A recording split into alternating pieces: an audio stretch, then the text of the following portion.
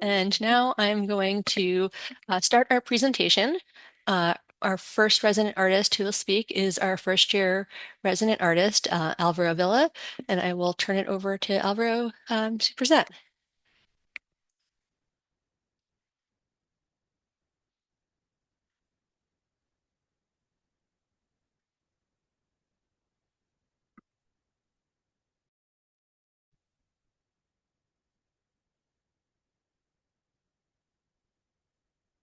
Hello, my name is Alvaro. I'm the Rittenberg artist in residence at Clay Art Center, um, and I just came in September, so I'm just starting my first year at Clay Art Center. Um, so a little bit about me. I was born and raised in Dallas, Texas, in the Oak Cliff area. I'm first generation Mexican American. Um, I'm an interdisciplinary multimedia artist working in clay/ceramics mainly, but I also work with found objects, broom corn, wood, glass, paint, textiles, fabric, sewing, and performance. I went to the University of North Texas for my undergrad. I began as a drawing and painting major, but then later joined the sculpture and ceramic majors and ended up graduating with a triple major and a minor in art history. So here are like my paintings that I was doing at undergrad, and then some sculptures with wood. This was like on someone's property, like an outdoor sculpture space, wood, other wood sculptures that I was making. Um, Jumping into my earlier ceramics work, I was mainly doing self-portraits and hands. I took like a ceramics class in sculpture um, with the emphasis in like figurative work. And with that, it started my journey in like being more sculptural with my work and in terms of like thinking about um, my concepts a little more deeper, um, and using myself as a model um, to like reference my hands or my face to like sculpt um, parts of my features and my hands and sort of move my hands and flex them, my fingers to whatever position that I wanted. Um, so with that, it started to become like this psychological um, thing that came where I became the subject. So it just started to I was starting to like more think about why I'm using myself as the the model or the reference that I'm using, and it just made me go in a little deeper with my concepts. Here are other. I made like a six-headed series of my own face, and like each tongue is a letter of my name. So AL, VA, and RO. I have the heads attached. Um, and this one was more about the way people pronounce my name, or sometimes how people are mispronouncing my name, um, and sort of growing up with that. Um, so this was like a way to me to like show in image form um, me saying my name and having the letters attached to my tongue in the sculpture. So there's that. And then this was kind of like my last sculpture that I made at in my undergrad. And I feel like here is where I really started to like develop my like aesthetic and like my point of view as an artist.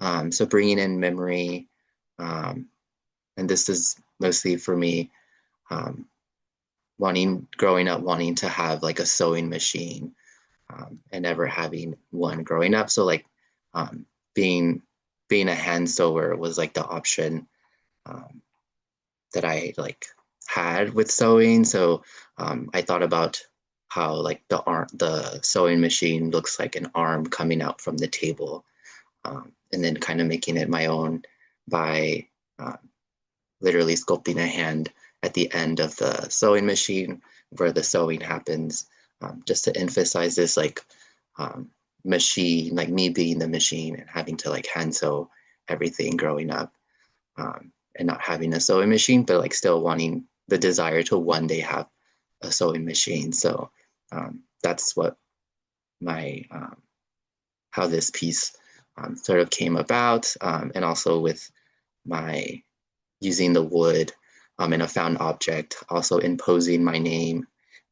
Instead of like the Singer brand of the sewing machine, I cut the letters off and imposed my name just to emphasize more of my identity and sort of this self-portrait in a more like abstracted way. This is also where I started using like gold luster for my work, and you'll see gold luster becoming like a thing that is like associated with both the red clay at the uh, and the gold luster. After I graduated, I was an adjunct professor at Brookhaven College in Dallas, um, for a continuing ed class. So it was like a non-credit class that people took for just for fun. So it was a lot of people that took it for years and were taking the same class over and over again. And I was able to like be able to like have my first experience in like teaching at like a college level with adults, and each person having their own projects to work in, me working individually with them, kind of similar to what is happening now with Clay Art Center, which is why I wanted to like come here, because I felt like that was going to be the same energy, and I really enjoyed this job. So getting more practice with teaching as well. And then I got accepted to the New York State College of Ceramics at Alfred University, and I moved to Alfred for these past 2 years. I just wanted to show this was a kiln loading that I did, my first teaching assistant job with Walter McConnell for his beginning hand building class. So the students were really building these like large things that like stack with each other. And I just thought it was so crazy coming to like a facility like Alfred and having like these huge kilns that were being like loaded with like really big work. And like sort of being my first time experiencing that was a little wild, but I quickly came to learn like this was like normal for like Alfred and Alfred students. So yeah, I just wanted to share that. Um, so in completing my thesis, coming into Alfred, I needed to assert that my clay and ceramics practice is a form of magic for me. I draw on personal memories, connecting in the past while incorporating symbolism and iconography rooted in my identity as a witch or bruja. In my experience, brujeria in Mexican culture is a rich blend of Catholicism, indigenous herbal traditions, and African and European influences on witchcraft. Through my art, I seek to explore and honor these traditions, on creating work that reflects a deep spiritual lineage that has shaped my identity. The archetype of the witch, especially the female witch, is central to my research and informs much of my work. I explore the history of witches, witchcraft, myth, spirituality, indigenous practices, and the cultural experiences of Mexico and Mexican Americans.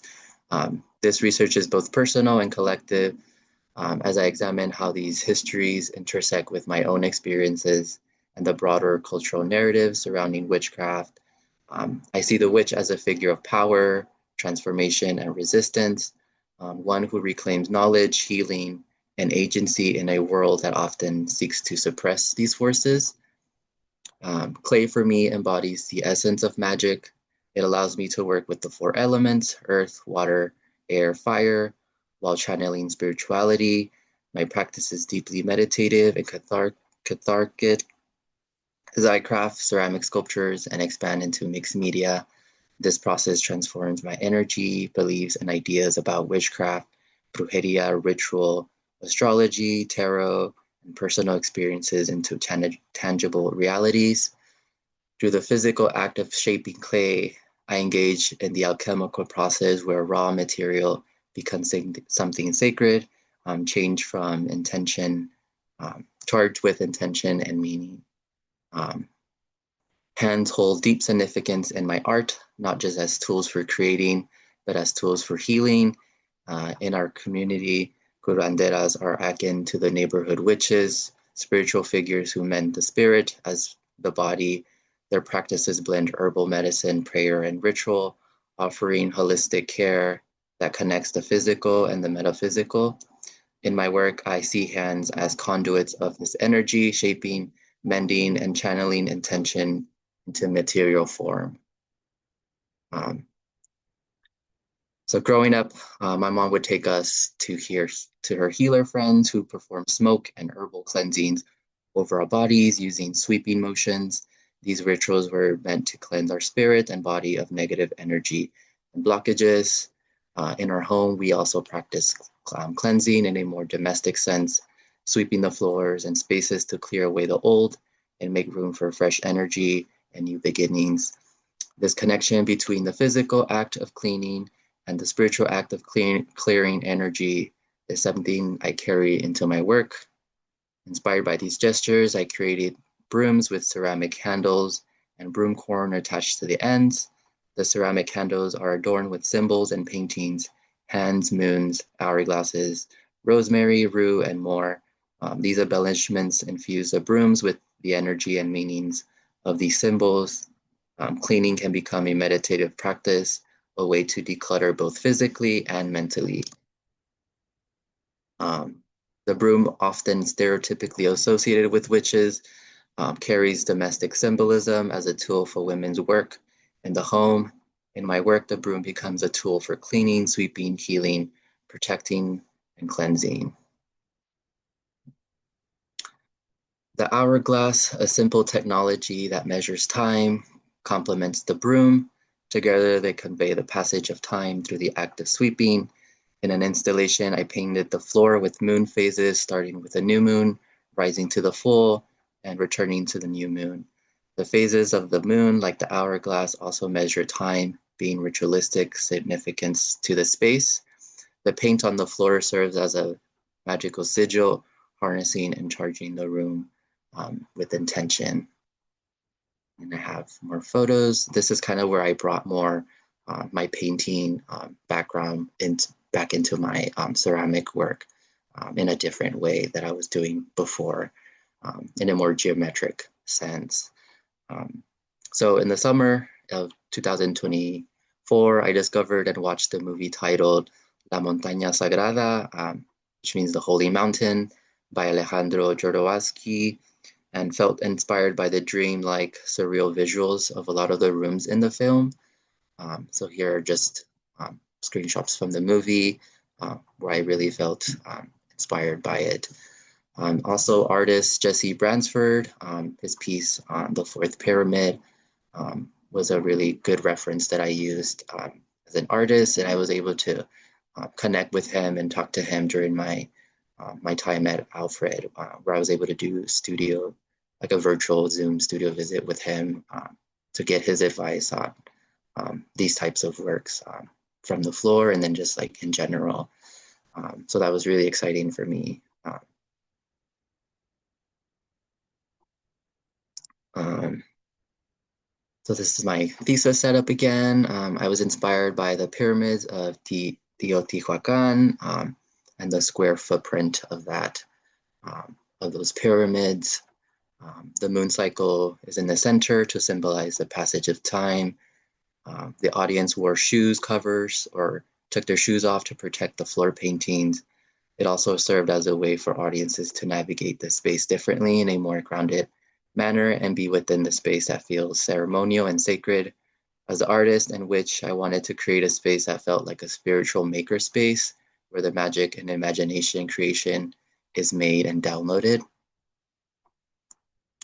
Um, Here I made hourglass, painting on a canvas, again, bringing my painting background. This is a little bit about um, the both and philosophy, embracing the paradox and holding multiple truths simultaneously, like mind and body, self and other, tradition, and progress to find richer, integrated solutions. Traditional Western thought often splits things like mind, body, good and evil, uh, while both and logistics see these as interdependent realities are not exclusive choices. So acknowledging that life isn't always black and white, but contains like a layer of truth or like the center of that gray area. And also the infinity symbol and the polarities of the moon and sun serve as means and endless possibilities in coexistence. So the divine feminine, the divine masculine, um, and then um, using the hourglass to serve um, that passage of time between the two polarities at the spectrum um, of the infinity. Um, so a little bit more images, a little bit of how I make these things. I like to use this program called Rhino, which I digitally create and then I 3D print. So for the hourglass, I used these and then I make plaster molds out of those pieces to create and build my sculptures. Here's also where I worked with glass for the first time. And you can see I can like assemble it um, in the hourglass with ceramic and using both ceramic and clay um, as my mediums.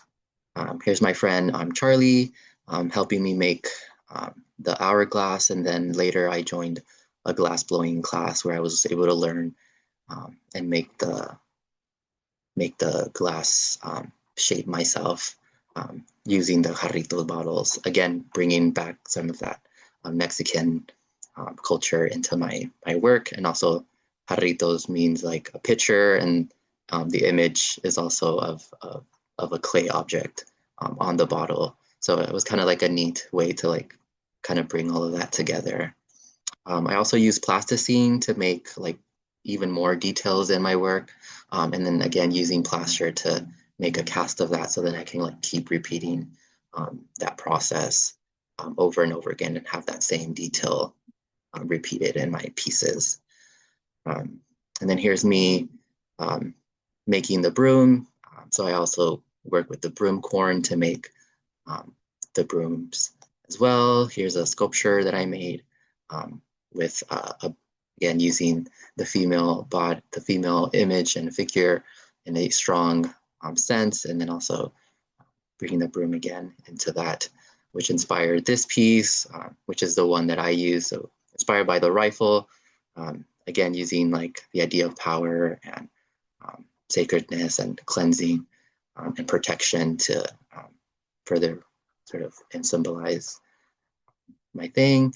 And then also my sculptures or my two guardians, so the sun and the moon, were also in figure form, and also where using broom rifles as their like protective object that they carry.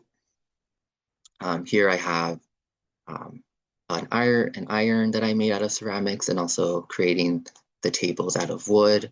And you can't really like tell on photos, but I could open the little turn where you turn the little dial is actually a plug, so I could open it, and if I fill it with hot water, it actually turns the entire piece really warm and really hot. So I wanted to bring that idea of being able to touch the iron with your hands to like feel the warmth of the iron uh, of the piece, and then because ceramics can take that heat, it's able to like um, transform that heat into the ceramic, and you touch it, and like mugs or anything when you pour coffee, similar thing. So yeah, there's really exciting for me. Again, the gold luster is in there. Um, I made this piece, a ceramic. As clay and ceramic artists, we're always working with the four elements, so earth, water, fire, and air. So I wanted to create that sequence of the clay making process using tripod bowls or molcajetes inspired by the Purepecha indigenous peoples' rituals, ceremonial tripods found in burial grounds of the Mexican state of Michoacan, including parts of neighboring states like Guanajuato, Jalisco, Guerrero, states where my parents are from, as well as my ancestors. And here's Alfred having a bit of using the Alfred collection, um, and actually getting to see these objects that I was using um, as inspiration for my work. Um, and then, so what's next for me at the Clay Art Center? In continuing my research, I'm in the process of creating a ritual or ceremonial necklace inspired by the rosary, but through subversion, making it my own, continuing to use the moon and the moon phases. I want to create prayer beads and follow that sequence of time as tools for meditation and cleansing. So thinking about the Catholicism and the Mexican people, what it means to me now, taking ownership of my in it in my own way, as well as what it means to be of indigenous descent, but severed of that original connection, and how I can reconnect through the use of clay as the earth. I also got a 3D printer, so I have a 3D printer at the Clay Art Center now. Again, continuing to use digital tools and 3D printing to create my molds to help me continue making.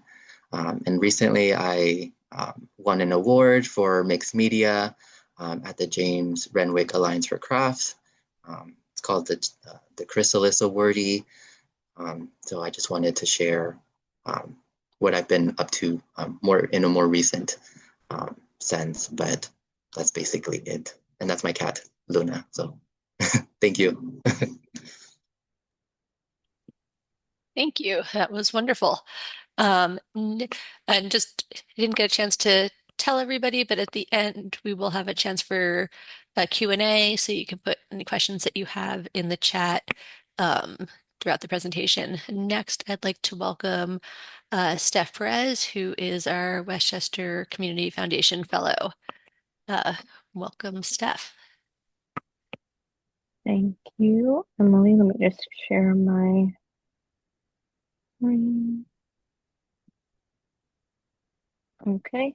So thank you everybody for coming tonight. My name is Stephanie Perez. I'm the Westchester Community Fellow for this year, and I'm in my third and final year for this role. I'll start off with a quick summary of my background in case you guys watched it last year.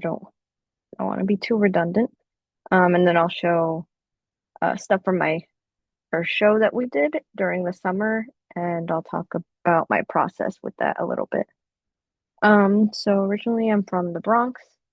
I moved around a lot between Connecticut and New York. In high school, I landed in Portchester, and that's where I heard about the Clay Art Center. And that's why I really got introduced to clay in Around the World in Clay, which was the free program and still is the free program given to Portchester students. After doing the Around the World in Clay classes for sophomore to senior year of high school, I went to college. I went to Fordham University, where I got my Bachelor of Science in Psychology and Sociology. 2020, I graduated during the pandemic, so I was kind of missing my connection with art. So I came back to assist classes for summer camp, and then soon after became a community arts teacher, which I continue to do. Um, I teach mostly kids, but I do also teach some adult and other classes. But I prefer the little ones. My inspirations and influences. So, um, my psychosocial background definitely influences my sculptural body of work. I talked a lot about like the emotion of disgust and how it originally came about as a way to protect like the human body. You know, something is disgusting, so I won't eat it, and I won't get sick and get hurt. But how it's also something that, uh, something that's bigger when looking at it through a sociological lens and how it connects to like biases or like prejudices and societal judgment. Um, People will say like, "Oh, you're eating something disgusting," when it's just something that's, maybe of your culture. And I think that my work is driven by this exploration of like humanity and I'm like curious to where the boundaries lie between how close something can be to human without it being something that you can't connect to anymore. Um, and that's a major theme that I had for my show that I will show in the following slides. Um, of course, I also like 80s sci-fi graphics. I just think that the colors and futuristic themes and surreal elements are really interesting to me. And I pulled some surreal artists, Boschart and Paczynski, for this slide. These are just two of many artists I look at that I find their organic imagery really interesting, as it's like dark, but also something that you kind of want to look more at. I don't know. I'm gonna go into pieces from my show. Some of these might be familiar to a few of you guys, especially like the middle and last one. I think I might have shown on my slideshow last year. While the first two are new. The middle one is actually one of my first that I made of this like organic person series. Um, and there's no glaze on that one. It's just the clay body and some black slip. And I use the shading. Um, and I find it interesting how it ended up being uh all of these are on the same wall for my show. And it's kind of showing a transformation between each of the pieces, but it's also a reflection of like my own evolution as an artist because I made all of these pieces over a period of a few years. Um, but yeah, I found that really interesting. It wasn't planned, but that's how it ended up. And then this next slide, these are actually pretty little. Um, they're almost to scale on my screen, at least right now. They're that small. I had these laying out in a triangle next to my main pieces. These are really fun to do. The first one is underglaze and clear glaze on top, while the other two I um, did a cold finish on them. So I used oil paint and acrylic paint, and then layered it with some Flex Seal and nail polish to get the sheen of it. I do want to try more cold finishes because I like how the outcome is with them. And then, oh, before I go to the next slide, I just want to say thank you because almost all of the pieces on this slide and the last slide have been sold. Um, so if you have any of my work, please feel free to send me a picture of where they live now because I'm really curious to where you guys may have put these in your house. Okay, and then these are my main subjects. I included this picture of me and my dad because I wanted to try to show how big they are. I don't think these pictures really do it justice, but this was one of the biggest pieces I've made. It was definitely difficult for me to do, but I am happy with how they came out. I laid them out in like a cyclical structure so that it would kind of show movement and motion, but also a sense of like maybe evolution or time passing. And then you can kind of see my little ones to the side. Um, I want to go into my process for this a little bit more. So if you guys know me, you know that I never make big things. Like in fact, I usually try to stick with small or like extra small pieces. But I really wanted to challenge myself with this project. Um, and I definitely encountered a lot more problems than I thought I would, purely because I've never, built this large. But I did still want to have some type of plan. So I started out with this template on the left that I drew out.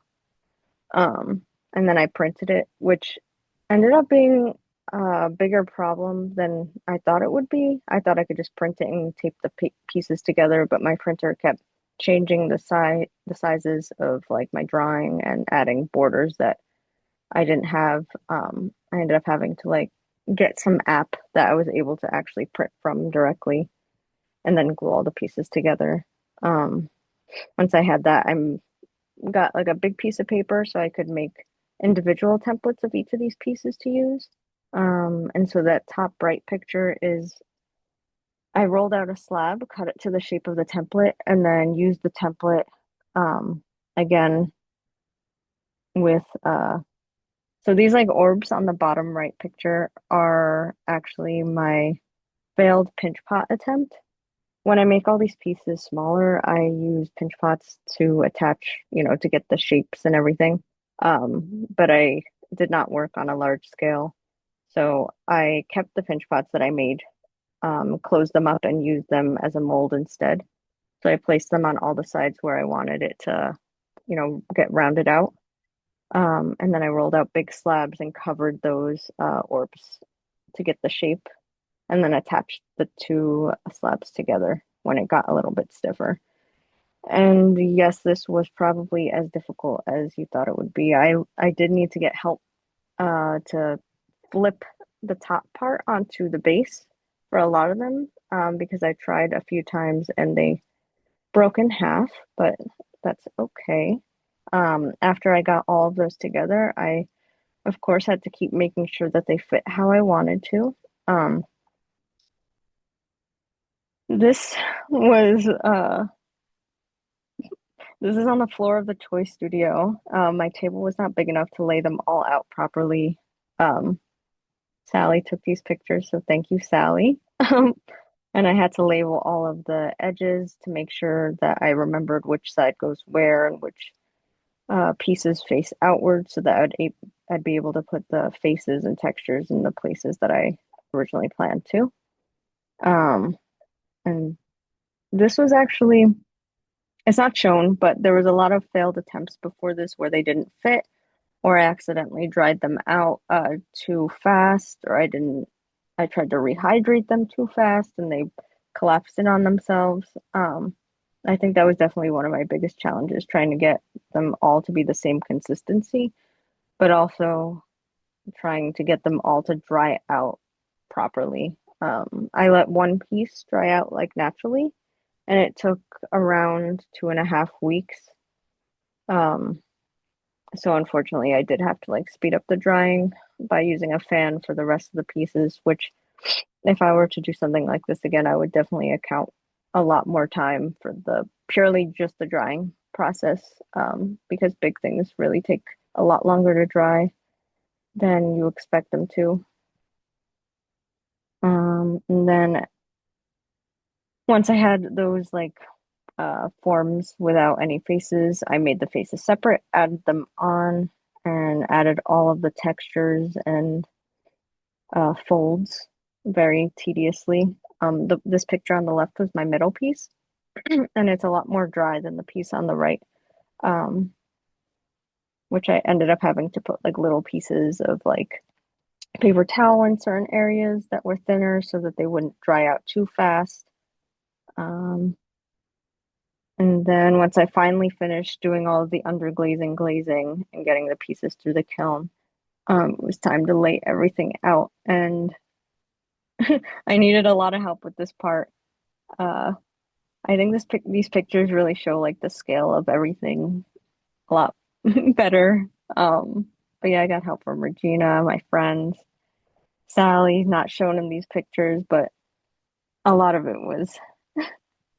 So thank you everybody, because I know it was a few weeks before our opening and it was a lot to get through. But I am glad that I think it came out. I think it came out really well for myself. I don't think I will be going bigger anytime soon, but I think it was something I'm glad I did.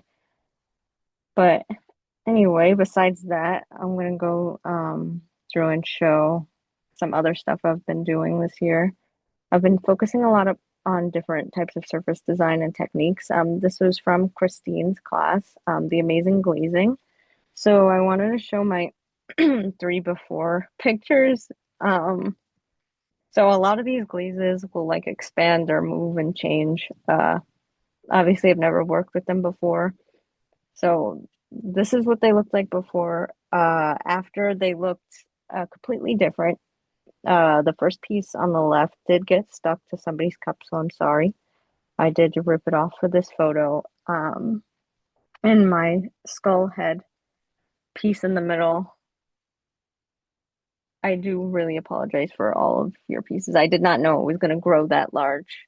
Um, Now I know for future, if I do this again, I will definitely not add as much as I did, but I do think this was really fun. We also did a salt and wood kiln firing. Um, the piece on the left is the one that went into the salt, while the piece on the right went into the wood kiln. Um, I think this was really fun. I think I would definitely do this again. Uh, the top photos are the ones, or what is the before pictures of the pieces on the bottom. They definitely look completely different. Um, Not at all what I expected, but I really do like the outcome. I think I prefer the salt one, maybe. It's hard to see in the picture, but the texture and like the depth of the glaze that um ended up coming out really was like an interesting look that I haven't seen before. The color definitely all like almost went away. Same for the wood kiln one. It's hard to tell, but in the picture before, I did put under glazes and then layered it with some different glazes that were not so dark. But I think it's because I know they were saying that the wood kiln ended up going up to cone 13 or something, and that my piece was close to the wood ash, so that's why it kind of looks burnt in this picture. But pieces from the same kiln firing look like completely different. And I think that's really interesting, and I would want to try this again. Um, I kind of like the natural earthy colors with my pieces. I think it's really interesting how much surface just like impacts the feel or like the vibe of what you get from the same pieces that are made that are glazed differently. Um, so other than that, we did have hand in hand again, and instead of making all of those tiny wall pockets, we made vases.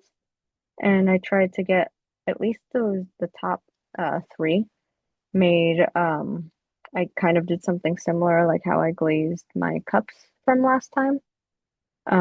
Of course, this is Cone 10 Reclaim, so it's a different clay body color, but I do like how it came out, like the simple, clean kind of look. And then I did one extra that was more textured, like how my pieces are in the show. And I do like it. The whole backside um has that same texture, so it has that black and white pushed in design. And these are also all gone because we sold them and gave them away for the fundraiser. And then just some little personal projects I've been doing. For Halloween, I made some little jack-o'-lanterns. Um, this was just for fun. This left bottom one is supposed to be the cat that I live with, and then the little tiny baby one there's just an extra. They all open up except for the tiny little baby one. Um, and then I have some ornaments I made for the holidays. Some of these might be in the shop soon. If you'd like to get them, they will be there. A few of them will probably not because they did fail. I didn't picture them here, but that's that. I tried to make them similar to like how last year's are, but I did want to try to have it so that their body parts are hanging off and like attached differently. Um, I do have to fix the bear at the bottom. His legs aren't on properly yet, just yet, but I will get them situated soon. And the last thing is what I'm doing currently in the studio. So I've got my little small version of my big piece from the show in the bottom right. Um, some small maquettes of other little figural forms that I want to try out. I want to try out more like different shaped bodies and forms this time around, and then a bunch of textiles. I want to try out all the glazes that are cone six that we have at the studio, just to see if I can find something that fits my style a little better. Um, and then I plan to make some terrace gelata, which is kind of like colored slip, but it's supposed to be kind of similar to underglaze in the sense that it can be as bright and like stay that way, except it's going to be a little more shiny. Uh, but don't quote me on that, please, because I have not made it and tried it yet. But I do look forward to that. I want to get my surface design kind of figured out this year and try as many things as I can before the year's up. And that's basically it. So thank you for watching. This is my Instagram. I did make a website, so you can look at some closer pictures on that right there. And then my CAC email if you have any questions or if you want to send me those pictures of my stuff in your house. Thank you. So thank you everybody for watching. Thank you, Steph. Next, we are going to have Carley Holzem. So, welcome, Carley. All right, hello. Just sharing my screen. Okay, so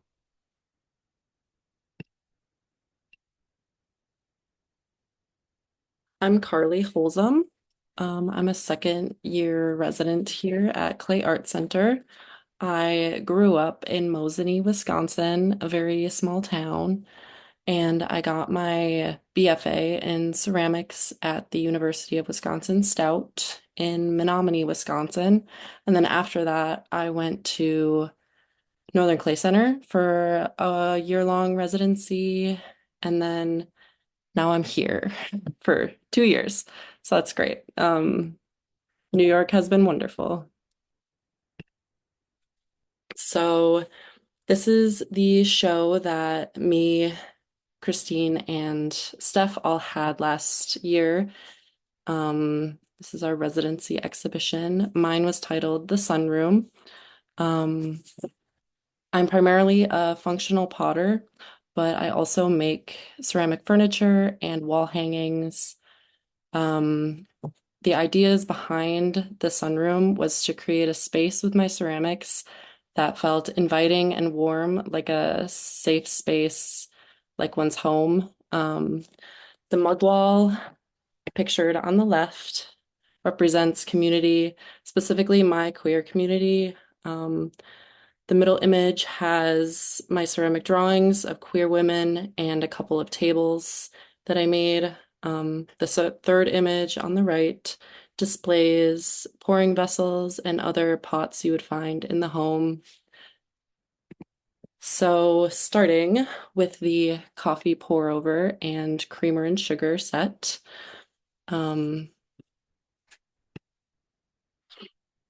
I use this as a symbol of people gathering to drink coffee together, especially displayed with the mugs. It shows togetherness, which is something I always try to hint at with my sets and my work in general. It really shows a sense of community and a feeling of belonging. And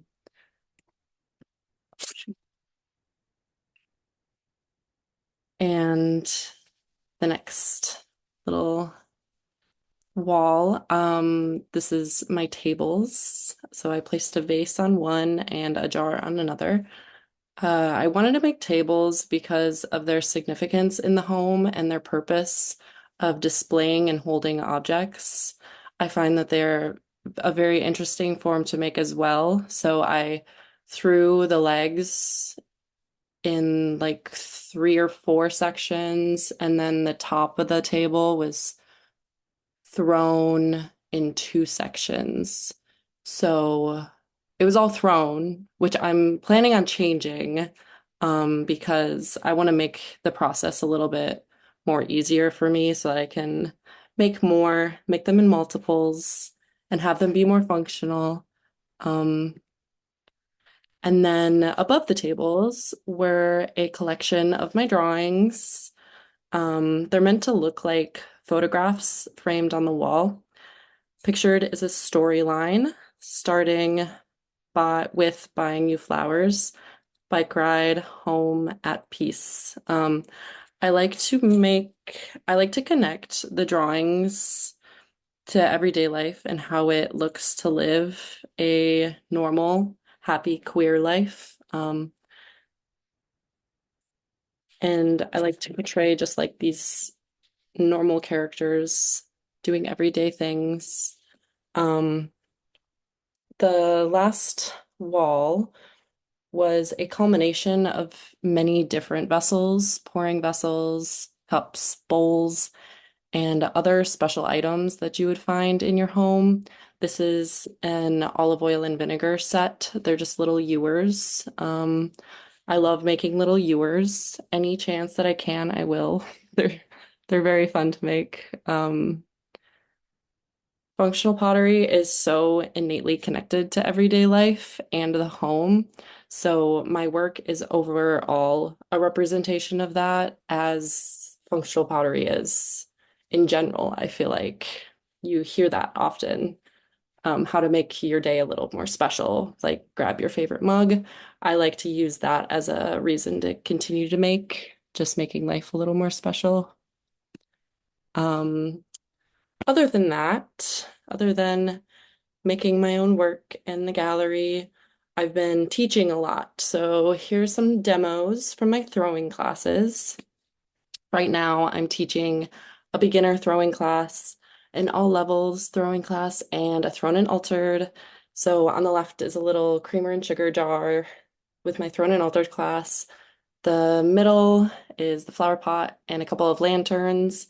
And on the right is an elevated bowl, a stackable vase, which is very fun, and the faceted um, basket, which was unfinished in my last presentation. So if you were interested in seeing what it looks like, there it is. Um, so I really loved teaching all these different types of projects, and coming up with them is actually so fun. You don't think about that when you like start teaching or haven't taught yet, but coming up with projects is actually a fun time. And I've always loved seeing the students just like progress in their skills. And so this past year, and I'm guessing this year, is just me learning how to be a good teacher and hoping my students have a great time because wheel throwing is hard. And there's a lot that goes into it. So, um, and then other than that, I also taught a little inlay class. It was a special topics. I showed my own personal process that I use in my work, which is always very special to me. I just use a needle tool and do an underglaze, and all of the students made some cute stuff. So I'm happy about that. And then on the right is the hand-in-hand auction. Me and Sally curated together. It's always a good time with Sally. So that was really fun to do. I haven't curated a show since college, so it's just like good time. Um, and this is the wood firing and soda firing. Sally let me put some pieces in.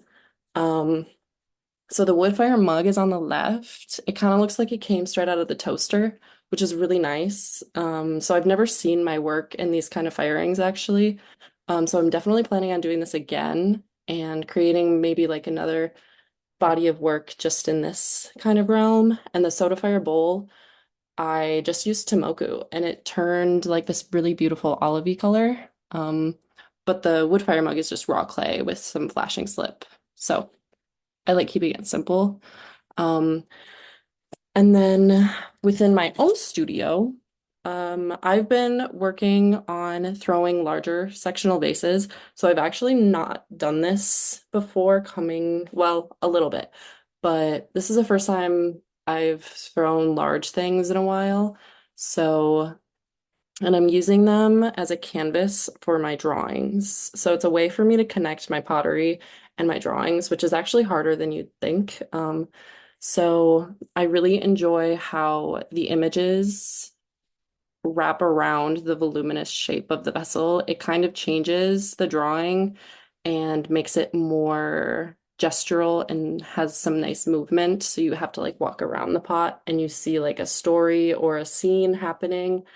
And the pots in front of you The left is greenware, the middle is glazed, and the right is bisque. I just think it's interesting to see the three stages of that.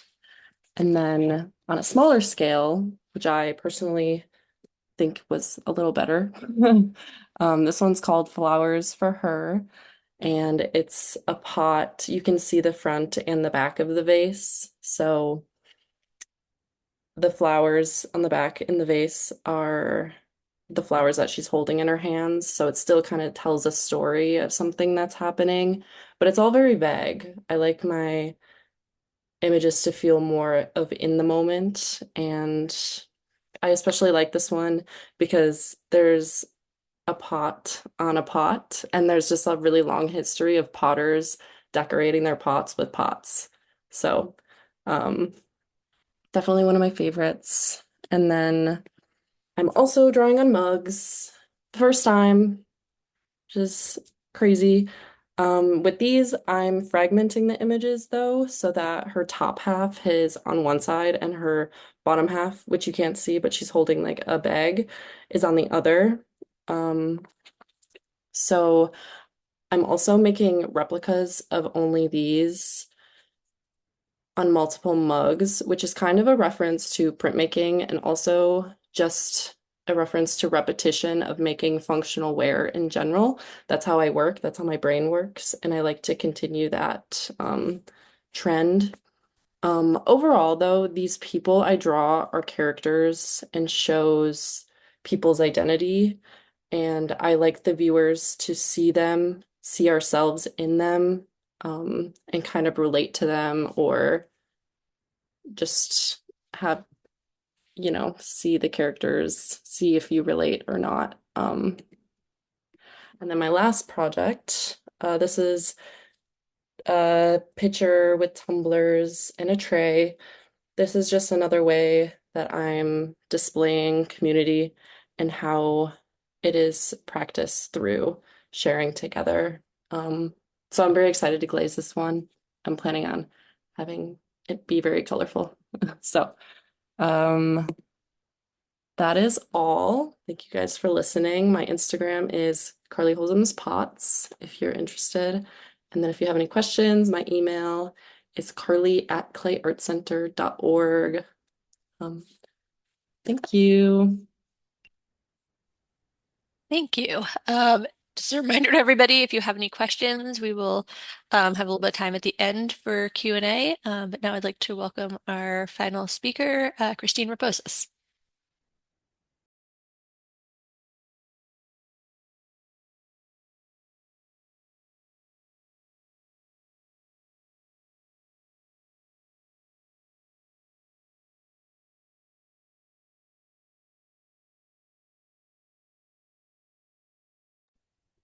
Sorry, I accidentally muted myself. Hi, I'm Christine, and I'll be sharing some of my work in progress with you today. Oops, okay. So a little about me. I grew up in a small town in Pennsylvania called Hollidaysburg, where some teachers got me excited about art. And then I got a BFA from Alfred University with a focus in ceramics, and I developed an interest in sculpture and glaze chemistry. And then the next year I completed a post-bac, and last year I joined the Clay Arts Center, and this will be my second year here. I wanted to share some of the recent pieces I created. The main aspects of my work are vibrant and overwhelming color schemes, texture and chaotic glazing, and also body parts. So these are a few sources of inspiration that I'm drawn to. I like bacteria under a microscope, the shapes of that, the ocean, the colors of the coral reefs, and then the coastal towns interest me. And then I'm captivated by how things move underwater and then the lack of gravity there. So those are some things I keep in mind while sculpting.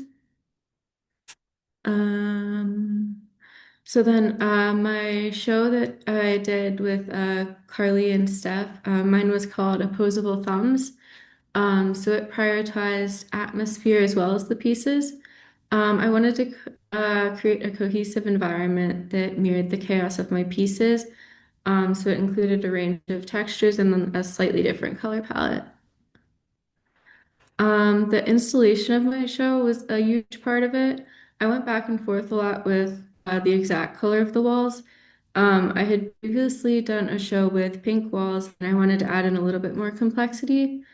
I was concerned with making the walls feel a little bit less flat, so I settled on dots and orange accents that are meant to mimic the lichen patterns that are found on most of the pieces in the show. I feel like my work is highlighted best in an installation-y environment, so that's kind of what I was aiming for here.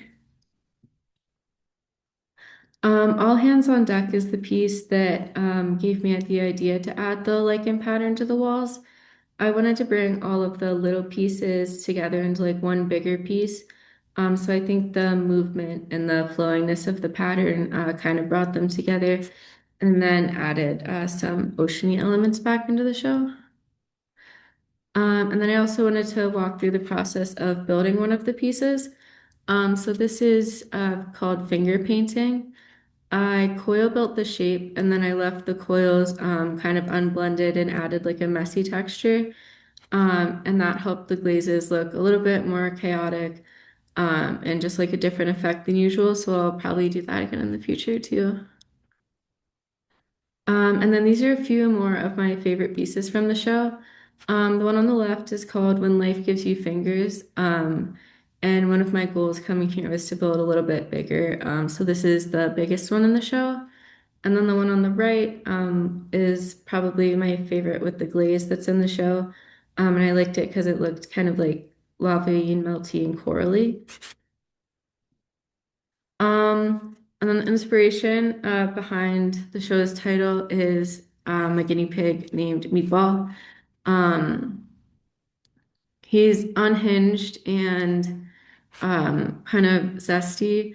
And I think that he could be pretty unstoppable if he had opposable thumbs, but he doesn't. Um, but it represents like pushing limits. And I did also just like the hand pun. And then another new inspiration, or not new, um, but bigger inspiration is this puffer fish. Or in the Philippines, my dad called them butete fish, and one of them bit him. Um, but they are interesting because all of the other little fish swimming around them are really cute, and then this one kind of looks like a floating brick. Um, so he's pretty inspiring that he just keeps going and is, yeah, he's a great fish. So these are some of the original puffer fish that I made. I like their big mouths and their alarmed eyes. Um, and I wanted to implement some of the spikes for nice places for the glaze to rest. So I raku fired the one on the left when we did like a staff raku in the summer. And then on the right is a fish with like a little bit more of the vibrant colors. Another way I made the fish my own is by adding fingers. They don't totally feel like mine until they have the body parts. So on the left is my first finger fish, and then on the right is a finger anglerfish. And he has little finger scales a little bit, and then his fish catching appendage is also a finger. So I'm happy with how these took shape because they're a little more unsettling than I originally intended. And I'm gonna make them a friend in the future too. Um, and then I soda fired the left pufferfish whenever Sally let us put things in the soda fire. And I'm really interested in how that surface turned out, so I'd like to try that again too. And then baby head vase also went in the soda fire cone. Um, so now I'm in my second year teaching at the Claret Center, and I've been primarily teaching all levels and beginners. And we've done a range of projects that are easier for beginners, but then more intermediate students can kind of take in their own direction. So this is the one on the left is a vase that we made out of slump molds, and then we added some eyeballs for Halloween. And then these are a few more projects that we made in the all-level classes. Teaching has been valuable here because it's been pushing me to find interesting projects that are achievable, and students can kind of leave feeling confident about what they've made. Something that's been relatively new for me is my sculpt and shape class. So it's been merging some sculptural elements with function. The projects are a little bit more complex and generally draw inspiration from some of my favorite contemporary artists. One of the artists is in the center, John Gill. He makes these like really big slab jars. So we focused a lot on angles and volume using little slabs. And in the spring, I got to do two glaze workshops. So I mixed lichen, lava, and gloop glazes for students to try. And I hadn't taught a glaze course before, so I was excited that students were showing interest in it. And then in addition to the fish, I have been leaning a little bit more into function. So this is a jar, a tiny jar, and the inspiration is these slugs named Mub and Grub that are in the movie Epic. Um, and then these are two more of them, except the one has fingers. And I've also been sculpting some vases, sometimes focused on bringing like movement to stationary pieces, and then adding little sculpture things to them. So the one on the left, I added little bumpy protrusions, and then on the right, I added some more hands. And then I also unexpectedly embraced smaller scale sculpting. So I have been making little charms lately that are fingers and eyeballs. Um, and I like the idea of my art being wearable, so I'm making some of them into jewelry. Thank you. Yes, and thank you. That was really wonderful hearing from all of you and your presentations. Now we're going to open it up to Q&A. So if anyone has any questions, feel free to put it in the chat or in the Q&A function. We'll just have a few minutes for this, but definitely give you an opportunity to ask questions now. They also all gave you their contact information if you have questions that come up later. Um, but one question that I do have here, and I've seen a little bit in what you've talked about, is how has teaching influenced your own art? Have you seen any ways that it has inspired you or changed what you've done or given you any ideas? So if anybody wants to try and answer that, or I can pick someone to go first. I can Carly, you want to go? start. Yeah. Yeah. Okay, so the big pots so I'm doing the larger drawings on the larger pots. I would have to say that that was probably, I guess, came about a bit with Thrown and Altered.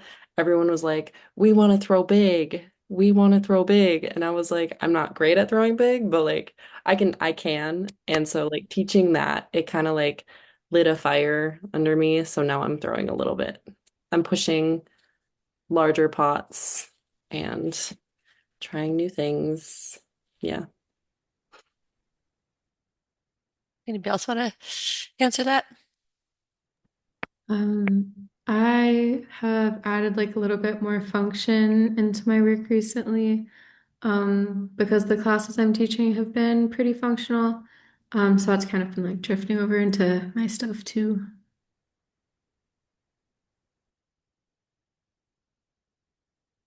Alvaro, anything you want to add?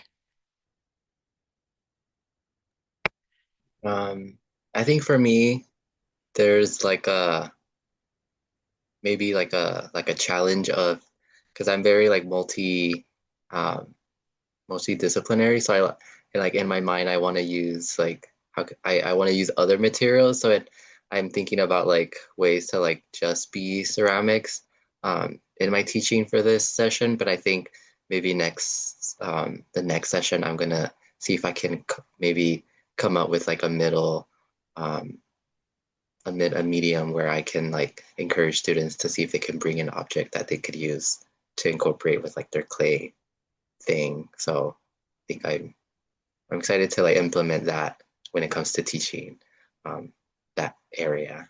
Yeah. Steph, anything you'd like to add?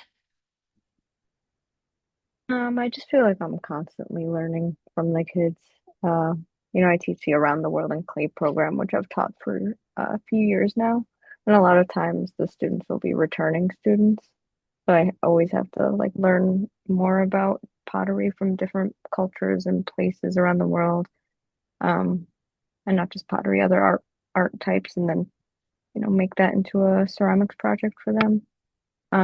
But I do think it's interesting when I do have a kid that I had like years back and I see them and they're like, "Oh, you're still here," and I'll tell them something new and they'll be like, "Oh, you never told me that, 2 years ago." And it's like, "Oh, it's nice to know that I'm also like growing as a teacher in that sense." Which I hope I would do. But And then just one last question before we wrap it up. I think some of you talked a little bit about other mediums that you work in, but if you want to share, any other mediums that you work in, or sort of any other sort of mediums that you're thinking about exploring beyond clay that you might either work on separately or bring into your clay work.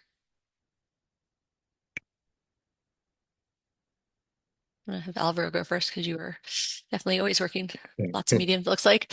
Yeah. I think for me, I think I want to do even like more sewing and like working with like fabrics. Um, so I think you're probably gonna see more like sewing and fabric to my clay things. Yeah. What about you, Christine? I want to add some painting in. Um, so I kind of liked the painting on the walls. So I kind of want to add a pattern to my work. And then I also have been thinking about fabric a little bit. Not exactly sure where, but yeah. And Carly?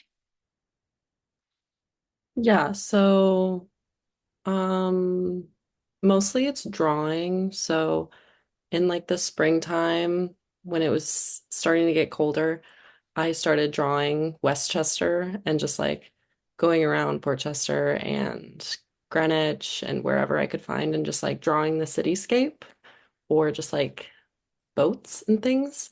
So I have just a sketchbook of those random drawings. So just continuing to do that and just like documenting things around me. Eventually, maybe I'll make a little ceramic series based on that. That's, yeah. And Steph? I think I would just like to do some more cold finishing on my sculptures. I think trying those little ones with the oil and acrylic paint were fun, and like it worked better than I thought it would. Um, yeah, I think I want to just continue doing more stuff like that. Great. Well, thank you all and have a good night.